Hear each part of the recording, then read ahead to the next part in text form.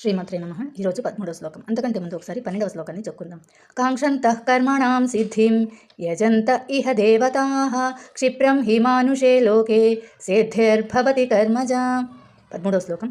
చాతుర్వర్ణ్యం మయా సృష్టం గుణకర్మ విభాగశః తస్య కర్తారమపి మాం విద్య కర్తారమవ్యయం.